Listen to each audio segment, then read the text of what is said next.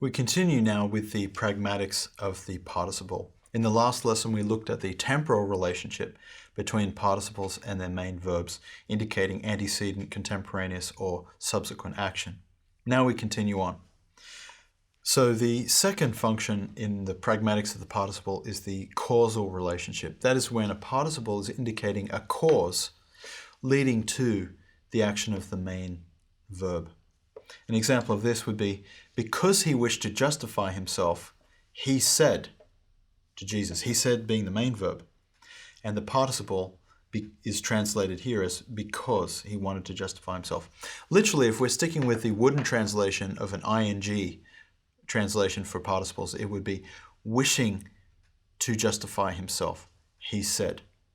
But the point here is, if we consider carefully the context and the way that the participle is contributing to that context, it really is indicating a cause for the main verb. Wishing to justify himself, he said this to Jesus.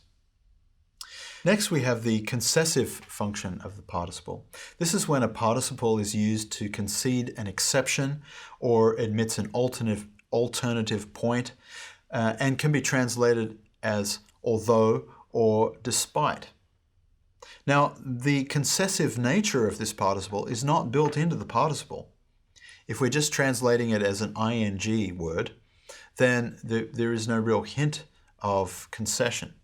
But again, we must consider the context and work out how is this participle relating to the main verb.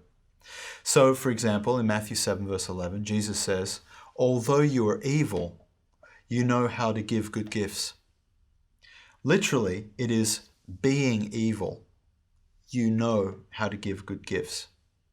So the being evil, we have to think about, what does he mean by that? How does that relate to the main verb? And the answer is in a concessive way. So we translate it, although you are evil, although being evil, you know how to give good gifts to your children. Fourth, we come to the conditional use of the participle. This is when the participle can form a clause that sounds like the protasis of a conditional sentence. At least it sounds that way in its function. For example, keeping yourselves from such things, you will do well. When we think about what that really means, we can see that really the participial phrase is functioning like an if clause, like a protasis.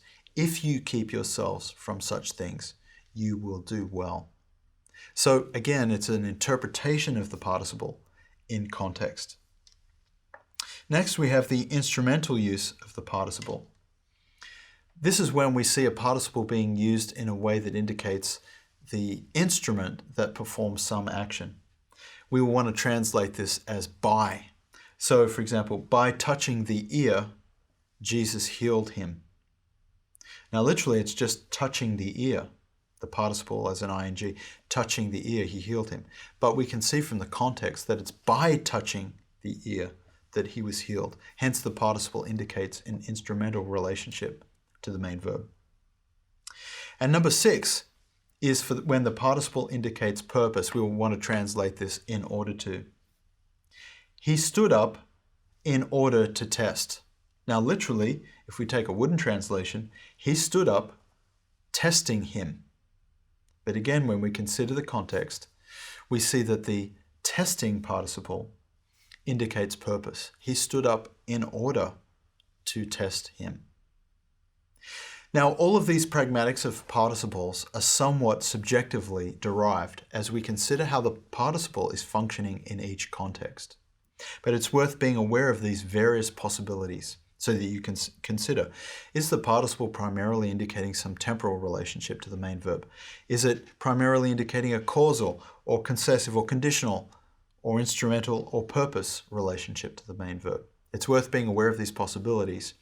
And as we do our exegesis, not only translation, but now exegesis, as we're thinking about these possibilities, we will see how the text is really functioning.